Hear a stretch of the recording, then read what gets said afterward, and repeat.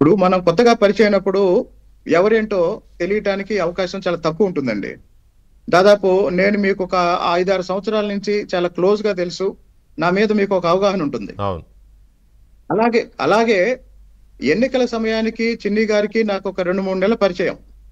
నాకు అందరూ ఏం చెప్పారు, చిన్ని గారు పెద్ద వ్యాపారవేత్త అని చెప్పారు. ఉమ్, రోజులు గడిచే కొద్దీ నాకు అర్థమైంది ఏంటంటే ఉమ్, ఆయనకి రూపాయి వ్యాపారం లేదు, రూపాయి ఆస్తి లేదు. ఆ.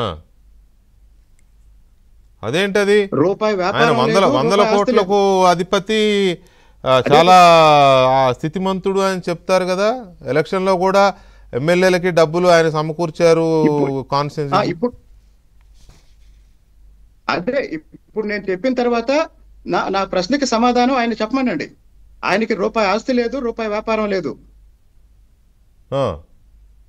ఆయన ఆయన హైదరాబాద్ లో ప్రగతి నగర్ లో ఒక ప్రభుత్వ స్థలంలో ఒక వెంచర్ వేసి దాదాపు 150 కోట్ల రూపాయలు వసూలు చేసి అమాయకుల దగ్గర అపార్ట్మెంట్ కడుతున్నామని మోసం చేసి ఈ రోజు వాళ్ళందరూ హైదరాబాద్ లో ఆయన ఆఫీస్ చుట్టూ తిరుగుతుంటే ఆయన తప్పించుకొని తిరుగుతున్నాడు.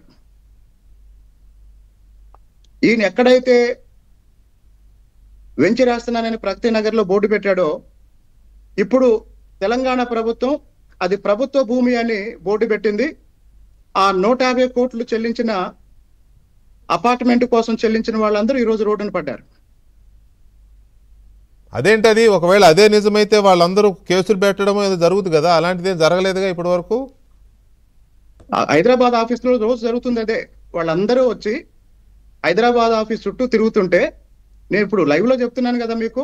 ఉమ్, ప్రగతి నగర్ లో ప్రీ లాంచింగ్ పేరుతో దాదాపు 150 కోట్ల రూపాయలు వసూలు చేసి ఒక్క అపార్ట్మెంట్ అయినా కట్టాడా?